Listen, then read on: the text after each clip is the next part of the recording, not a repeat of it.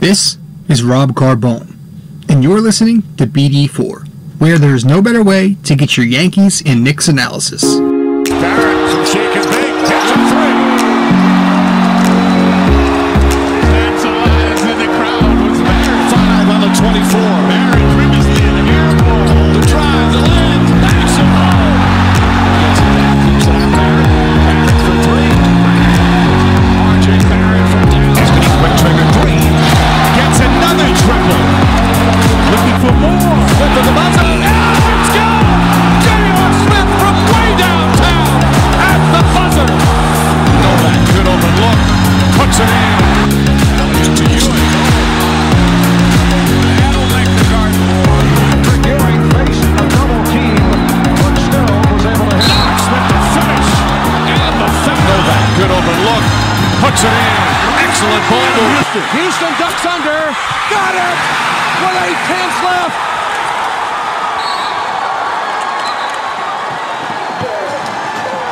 What is going on, guys? This is Rob Carbone coming at you with another episode of BD4, where there is no better way to get your Yankees and Knicks analysis. Tonight, or this time around on episode 112, we're going to be diving into prospect Kyra Lewis Jr. Kyra Lewis is out of Alabama, played there for 2 seasons, has declared for the draft, so he will be in this upcoming draft whenever that may be. So yeah, we're going to pick apart him tonight, talk about him, profile him a little bit here, and, talk about why he could or maybe could not be a potential fit for this Knicks team. But first and foremost, hey, I hope everybody's hanging in there, doing well. This is the new norm for now. We keep camping at home. I don't know, keep doing your thing, whatever you got to do to stay busy. And hopefully this whole quarantine phase can be over with ASAP. From what I'm seeing, just living life here, it seems like things are dying down a little bit. Now, I'm not saying that with any kind of fact or any information. I'm not basing this off of anything but personal experience. It doesn't seem like like coronavirus has this hype that it initially did. So maybe this is false hope. I don't know, but hopefully it's a sign that we're trending in the right direction here. Speaking of optimism in that aspect, we're hearing good things when it comes to the sports world. I think the MLB is trying to figure out a way to get their season in, and we've heard some optimism there that there could be a way after all. And the NBA has just recently pushed back the draft lottery, so maybe that's a sign that the season is returning. They've mentioned that they wanted to return and finish out the regular season and then head into the playoffs sometime, I think, late in the summer in July. So maybe there's some good news on the horizon here for hoops fans and for baseball fans. But hey, for now, we just have to stick it out. And I don't know. What have you guys been doing? I've just been staying home, taking notes of these prospects that we're diving into on the podcast. I've been doing homework. I've been watching TV, eating. I've been eating more than I've been doing anything. I know a lot of people are working out. I've been catching the what is it? The Last Dance, right? About the 90s Bulls, that era. And that's been very, very interesting. That has definitely caught my attention. I've been watching that for sure. I actually have to catch up on episode 4. I did miss episode 4 last Sunday, but I've caught the first 3. From what I'm hearing, though, episodes 5 and episode 6, which premiere Sunday night, tonight, if you're listening to this right now, it's likely Sunday already, May 4th or May 3rd. But yes, the episodes 5 and 6 that will premiere tonight are from what I'm hearing, they're they're very heavy on the Knicks, and that's obviously not great for Knicks fans because, the Knicks in the 90s were the only time this team has been relevant since the 70s, but they came up short. And the Bulls played a big role in why the Knicks kept coming up short in the mid-90s. But was it the mid-90s? Yeah. But yeah, that's pretty much what I've been doing, just non-productive shit. But I hope you guys are doing well, and I don't want to waste too much time just babbling on and talking about nonsense. So, if you don't mind, let's dive into this whole prospect scout. Let's scout Kira Lewis Jr. a little bit and talk about him. Real quickly, though, before we get to him, I just want to thank you guys for stopping by.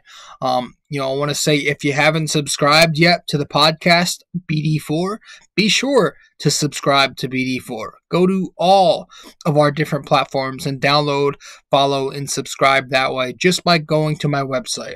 You can find all the platforms on my website. So do that, and that'll be great. I'd appreciate it very much. So let's take a quick break, and then we'll dive right in to tonight's episode as soon as we get back. All right.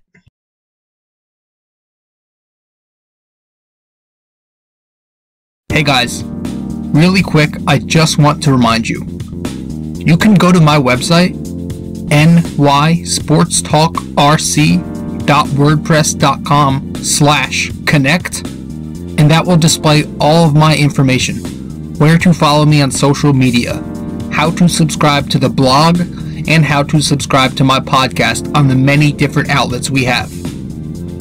So once again, guys, just go to my website, nysportstalkrc.wordpress.com/connect. Let's get back to the show.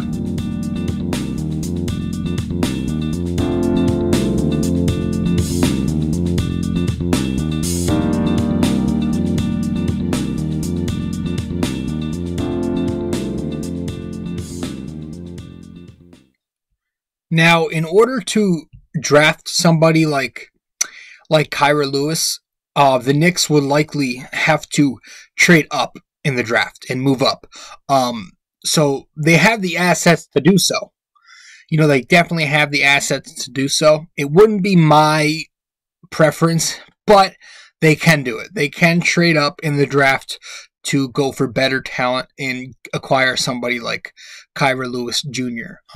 So we're gonna just dive into him tonight and just talk about his pluses, his minuses, and why he's a good fit, or maybe why he might not be a good fit for this Knicks team. So tonight it's Kira Lewis, and tomorrow night, or might be tomorrow night. I don't know if I'm gonna Monday night. It could be Monday, could be Tuesday, where the next episode will be out, and we'll talk about a different prospect. But tonight, Lewis Jr., he is a point guard, strictly a point guard. I wouldn't call him a combo guard. I don't think he he doesn't play like a shooting guard.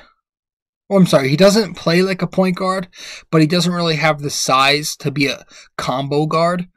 He's 6'3", 165 pounds according to Basketball Reference. Some sites have him as 170, some 180, but bottom line, he's not large. He doesn't have a large mass. But Kira Lewis from Alabama played there for 2 seasons. In 2020, this past year, before the season was suspended, he averaged a solid 19 points, 5 rebounds, 5 assists on a fairly efficient shooting line of 46%, 37%, and 80%. Did so across 38 minutes per game for 31 games. So he played a long time, stayed on the floor 38 minutes a night. Collected 1.8 steals and 0.8 blocks. So he was a good, solid player for Alabama. If I were to describe this kid, his overall game in just a couple of words: athletic scorer, potential 3-and-D wing. How about that? He's got pure speed, very fast. Probably the quickest, the fastest player in this draft class, I would say. He's very athletic. Not that he's explosive at the rim and throws down tomahawks and windmills and goes out there like Russell Westbrook, but he's very fast. He's got speed to get to the rim whenever he wants. So his athleticism helps him thrive in many different areas. He's very capable of running an effective pick and roll.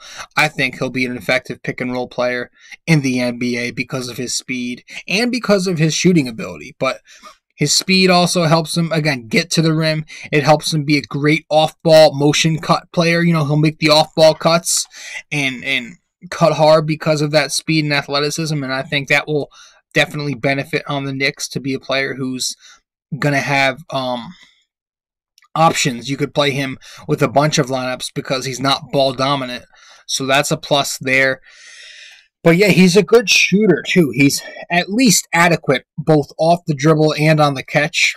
He's got potential to have a really strong pull-up mid-range game. We've seen flashes of his pull-up game, and he looks like he's pretty sharp in those areas. Also, when he does make the passes that he needs to make, he's a good passer. He doesn't do it as often as folks might want to see from him, but he's got very strong passing abilities.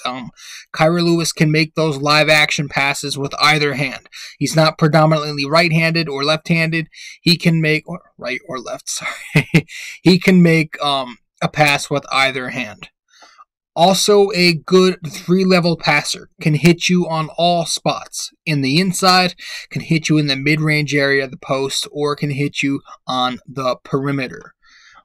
Got a solid handle, can create, right? He would benefit more, I think, as a creator in the NBA because of the increased spacing in today's league. I think that would only help him as a ball handler. He's got a decent amount of moves. Nothing extraordinary, but definitely enough to where I would consider ball handling a strength for him. Also because he doesn't turn it over a whole lot. At least when he handles the ball. His turnovers mostly come off of passing, which we'll get to in just a sec. But his handles overall are definitely solid, I would put them as. A good rebounder for his size. For a 6'3" guard, he's averaged 5 rebounds a night. So he has the ability to crash the boards as well. And on the other end of the floor, he's not bad either. He's a good team defender because of his length and athleticism. I think he's an aggressive point of attack defender, who can collect the steals and blocks. 56 steals at Alabama this past season, and 18 blocks. So a good point of attack defender, especially on pick and roll. Rotates well on the perimeter. He has quick feet, quick hips, good reaction timing, and good footwork on defense out there on the perimeter. Uses his 6'5" wingspan to disrupt plays in the passing lane, so that's another positive there. And a good ISO defender. Has his issues in ISO scenarios, but overall I would consider him a plus ISO defender. So those are some of Kira Lewis's positives, where I think he would make an impact for the Knicks, athletically and an ability to shoot the ball off the bounce and off the catch as well. Now, some of his cons, he's got good on-ball defense. We talk about his perimeter D. Off ball, he needs work. He loses focus out there sometimes, kind of zones out, and that's not the best when you're trying to keep track of your man. So he'll lose his man because of his, lack of focus at times. His footwork in isolation scenarios kind of hurts him sometimes. Sometimes he'll cross his legs and get kind of, jumbled up. He struggles finishing in traffic. He has the ability to get to the rim and slash because he's got that pure speed, but the lack of size, strength, and mass really hurts him sometimes over taller defenders, and when he's in traffic, he'll have issues finishing at the rim. Court vision isn't great. We talked about his abilities as a passer, but the frequency isn't high yet. He's too scoring focused at times. When he does make those passes, sometimes he can force them a little too much, and that's where his turnovers come from, when he's forcing passes. And last but not least, I have that he is a player who's going to have some troubles with his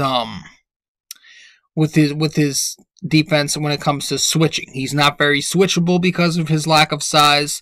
He's also going to have issues rotating on the interior, and of course struggling to fight over screens as well because of that small frame he possesses. So overall, though, I'd still take my chances. If the Knicks were to trade up for somebody like Kira Lewis Jr., I would take him. If they were to trade up in the draft, I think he would be my number one preference. But I do prefer, though, for the time being at least, until we learn about a little more prospects here, I do prefer the Knicks stay where they are with this LAC pick and draft their second first-round pick at the 27th spot where they're projected to draft right now. So I would prefer they stay. But if they did move up, I think Lewis would be my first preference here to go after. But overall, I'd say he's a good player. He would make a good secondary playmaker in the NBA. Potentially, if all things go well for him, I think he'd be a solid starter, with a chance to be a primary playmaker on a bad team like the Knicks. So there's a chance he could be a starter and maybe their backup plan if they don't draft a point guard in the lottery. So, but hey, he's a good, solid player to take a look at. Just an option, not somebody I'm saying is going to be the next all-star or anything like that. I think his ceiling is a solid starting player. That's Kira Lewis, guys. That's really all I have to say. A very short episode tonight on BD4, episode 112. But I might just be I don't know. I don't have much else to say. I'm tired. I didn't take much notes down about this kid just because I know a little bit about him. I've seen him play a lot in college, so I know a little bit. I didn't write a bunch down, but hey, fucking it is what it is. He is a good athletic wing or a good athletic point guard. I would say he's strictly a point guard, but it's kind of hard to depict his true position because he doesn't play like a true point guard.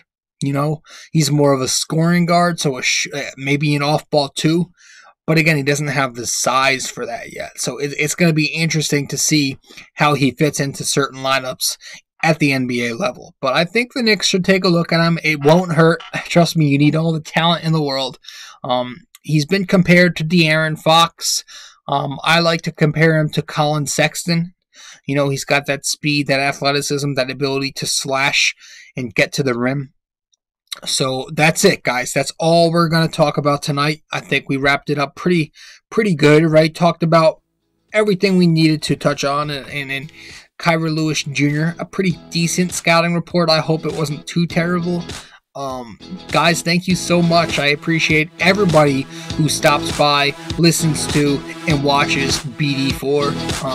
If you haven't subscribed to BD4, be sure to subscribe to the podcast on all of our different platforms. Just go to my website, nysportstalkrc.wordpress.com/connect. Guys, thanks so much for stopping by. I appreciate it. This is it. This is it for tonight. This is Rob Carbone with episode 112 of BD4. And I'm signing out. Thank you so much, guys, for tuning in. I'll see you next time. Ciao.